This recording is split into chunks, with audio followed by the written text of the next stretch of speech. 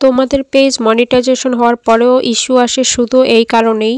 আসসালামু আলাইকুম এভরিওয়ান, আশা করছি সবাই অনেক ভালো আছেন। ইতোমধ্যে কিন্তু আমাদের ফেসবুকে একটা নতুন সেটিং যুক্ত হয়ে গিয়েছে এবং পেজেও যুক্ত হয়েছে, মানে আইডি পেজ দুটোটাই কিন্তু এই সেটিংসটা রয়েছে। তো অবশ্যই দুইজনেরই এটা কাজে লাগবে ভিডিওটা, তো সম্পূর্ণ ভিডিওটা দেখুন। একই নিয়ম। আর এই তিনটি সেটিংস যদি অফ না করেন তাহলে কিন্তু যারা কন্টেন্ট ক্রিয়েটর রয়েছেন এবং যারা প্রোফাইল পেজ মানে যাই চালান না কেন তাদের জন্য কিন্তু খুবই ক্ষতির একটা বিষয় রয়েছে। তো কি ক্ষতি তা আমি সম্পূর্ণ ওইখানে যে ওই অপশনগুলো অফ করে তারপর তোমাদের সাথে সম্পূর্ণ শেয়ার করছি। তো ভিডিওটা দেখতে থাকো, কেউ স্কিপ করবে না, তাহলে কিন্তু কিছুই বুঝবে না। তো আমি এখন এখান থেকে বেরিয়ে গেলাম। এখান থেকে বেরিয়ে এসে দেখো এই যে ফেসবুক রয়েছে, তো এটা আমি এখন আপডেট করে নিব প্লে স্টোর থেকে। আমারটা কিন্তু আপডেট করাই আছে, এই কারণে ওই অপশনটা এসেছে। তো তোমরা কিভাবে আপডেট করবে, সর্বপ্রথম প্লে স্টোর খুঁজে বের করবে, প্লে স্টোরে যেয়ে ফেসবুক লিখে সার্চ করবে। অবশ্যই ফেসবুক অফিসিয়াল যে অ্যাপসটা রয়েছে ওইটা আপডেট করে নিবে। তো এখান থেকে ফেসবুক লিখে সার্চ করার পর এই যে এই ফেসবুকটা তোমরা অবশ্যই আপডেট দিয়ে নেবে। তো আমারটা দেখো আপডেট, এই কারণে এখানে ওপেন লেখা রয়েছে। তো এখন আমি এখান থেকে বেরিয়ে গেলাম, বেরিয়ে যেয়ে সরাসরি তোমাদের কাজ দেখাচ্ছি। ফেসবুকে ঢুকলাম, আমি তোমাদের পেজের কাজটা শেয়ার করতেছি তাই আইডি লগ ইন করে পেজে প্রবেশ করলাম। এখন ওই যে উপরের কর্নারে 3 লাইন রয়েছে ওইখানে এখন আমি ক্লিক করে দিব। এখানে ক্লিক করার পরে দেখো এই যে এরকম অপশন আসবে। তো এরকম আসার পরে কর্নারে সেটিংস অপশন রয়েছে, সেটিংসের উপরে ক্লিক করে দিলাম। এখন দেখো প্রিফারেন্সেস লেখা রয়েছে, মানে এইটার নিচে লেখা রয়েছে কন্টেন্ট প্রিফারেন্সেস। তো আমরা এখন এই কন্টেন্ট প্রিফারেন্সেস এর উপরে ক্লিক করে দিব।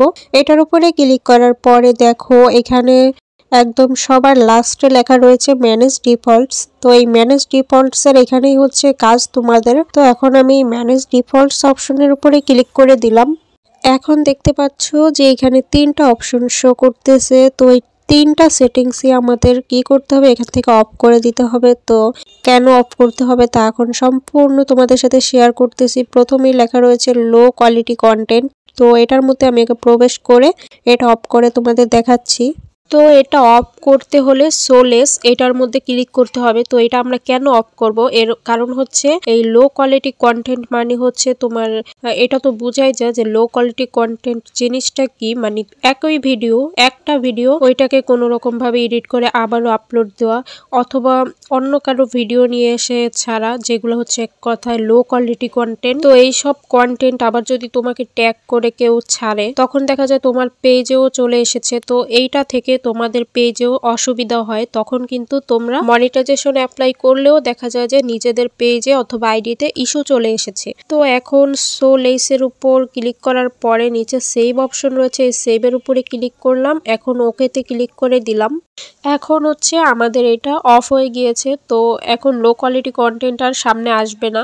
এরপর রয়েছে unoriginal content and problematic sharing. তো এইটা হচ্ছে তোমার আগে এখানে আমি ক্লিক করে ঢুকতেছি। এখানে ঢোকার পরে দেখো এখন এই যে ডিফল্টে রয়েছে, ডিফল্ট থেকে সো লেস এটার মধ্যে আমি এখন ক্লিক করে দিব। এখানে ক্লিক করে দিচ্ছি কারণ এটা হচ্ছে তোমার আনঅরিজিনাল কন্টেন্ট, যেটা হচ্ছে তুমি যদি ধরো কারো একটা আনঅরিজিনাল কন্টেন্ট সে তৈরি করলো এবং সেই কন্টেন্টে আমরা আছে না অনেক সময় সেগুলোতে যে আমরা কমেন্ট করি, তো তুমি যদি ওইটা যে কমেন্ট করে বসো তখন কিন্তু তার ওই আনঅরিজিনাল কন্টেন্ট থেকে অবশ্যই তোমারও একটা সমস্যা তৈরি হয়ে যাবে। কারণ আনঅরিজিনাল কন্টেন্টের মধ্যে যে যখন আমরা কমেন্ট করি তখন আমরাও তার একটা অংশের মধ্যেই পড়ে যাই।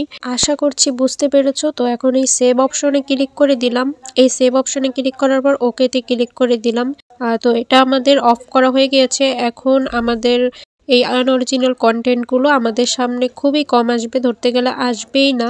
এরপর রয়েছে সেনসিটিভ কন্টেন্ট, যেটা আমাদের পেজের জন্য ফেসবুক আইডির জন্য দুটোটার জন্যই খুবই ক্ষতিকর। কারণ সেনসিটিভ কন্টেন্টগুলো হচ্ছে এক কথায় খারাপ ভিডিও যেগুলো, তো ওইগুলো যদি সামনে চলে আসে তখন হচ্ছে আমাদের কোনো লাইক ভুলবশত অথবা কমেন্ট যেটাই হোক অথবা আমাদের সামনেও যখন আসে, যখন আমরা এগুলো তখন কিন্তু আমাদের নিজের আইডিতেও একটা প্রবলেম সমস্যা দেখা দেয়। তো এটা হচ্ছে যত কম আসবে তত তোমার পেজ অথবা আইডিটা নিরাপদ থাকবে। তো আশা করছি বুঝতে পেরেছো। তো এই শো লেসের উপর ক্লিক করলে তোমাদের এটা অফ হয়ে যাবে। এরপর সেভ অপশন, এরপর হচ্ছে ওকে অপশনে ক্লিক করে দেবে। তো তোমরা তোমাদের পেজ অথবা আইডিকে নিরাপদ রাখতে চাইলে অবশ্যই এগুলো অফ করে রাখবে।